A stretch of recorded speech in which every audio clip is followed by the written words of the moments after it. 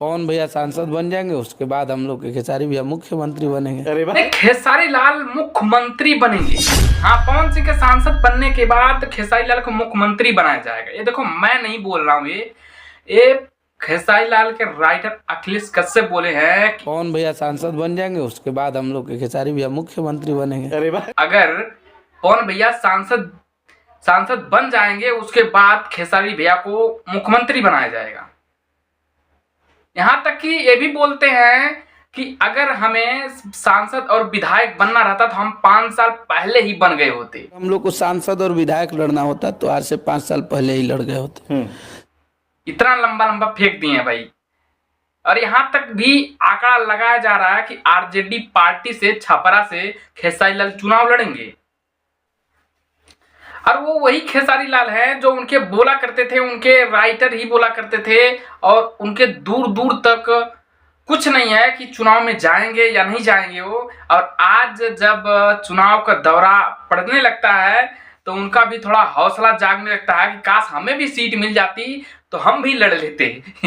वो वही लोग हैं जो आगे भी चलते हैं और पीछे भी चलते हैं, और शायद हो भी सकता है कि अगली बार वो भी चुनाव के दौरे में निकल पड़े। जिस हिसाब से पवन सिंह बोल रहे थे हम अभी चुनाव नहीं लड़ेंगे, और एक बैग 2023 में स्टार्ट करते हैं कि अब की हम भी चुनाव लड़ रहे हैं आरा से।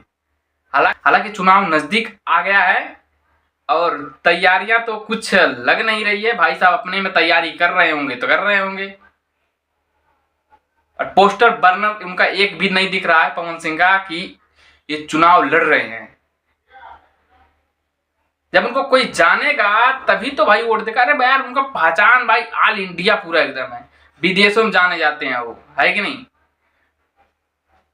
बट देखो क्या होता है कि जिस हिसाब से अखिलेश कश्यप ने इंटरव्यू दिया है उसमें बोले हैं कि पवन भैया को सांसद बनने के बाद और खेसारी भैया को मुख्यमंत्री बनाया जाएगा।